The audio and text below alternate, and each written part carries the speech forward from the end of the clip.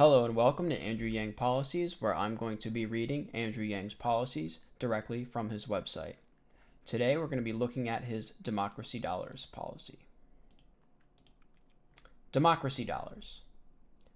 The trend over the past half century has been to allow unfettered spending in elections. This culminated in the decision made in Citizens United, allowing unlimited money to be spent by corporations in elections. It's no surprise that this has resulted in mega donors flooding the pipes of our democracy. We need to diminish the influence that mega wealthy individuals and companies have in our elections.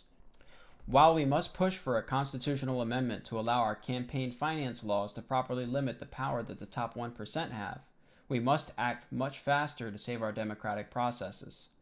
To do so, we must make it possible for all Americans to contribute to candidates they feel strongly about, in order to drown out the voices of the few who can spend millions of dollars to influence our politicians.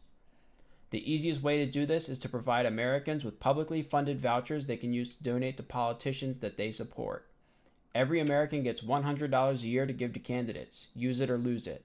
These democracy dollars would, by the sheer volume of the U.S. population, drown out the influence of mega donors. Imagine running for office when every American has 100 democracy dollars to give their favorite candidate. Just 10,000 supporters could mean $1 million for your campaign.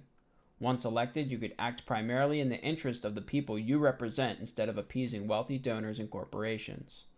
Calling rich people for money is soul-crushing. We'd all be better off if politicians only needed to worry about representing the people that elected them. It has been used in Seattle to great effect, and we can take their program national to move towards publicly funded elections. Problems to be solved. Under current Supreme Court jurisprudence, individuals can contribute huge amounts to influence elections and politicians. Amending the Constitution to prevent this, or nominating judges to overturn it, can take decades, and this is corrupting our democracy now. The big problem right now with running for office is that you have to get the money on your side and the people on your side, and these are two different things. Imagine if every American had $100 to give their favorite candidate. Then, if you get 10,000 people behind you, you'd get $1 million.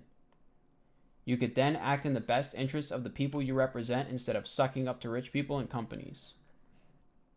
Calling rich people for money is soul-crushing.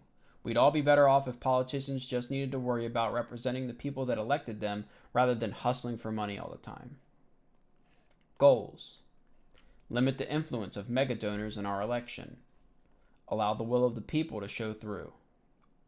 As president, I will provide every American voter with 100 democracy dollars for each election cycle, a voucher that they can use to support candidates of their choosing. This amounts to $23 billion plus nationwide per election, allowing the will of the people to outfund the $6.5 billion spent on federal races in 2016, $1.6 billion of which was dark money. All right, that is Andrew Yang Policies, Democracy Dollars.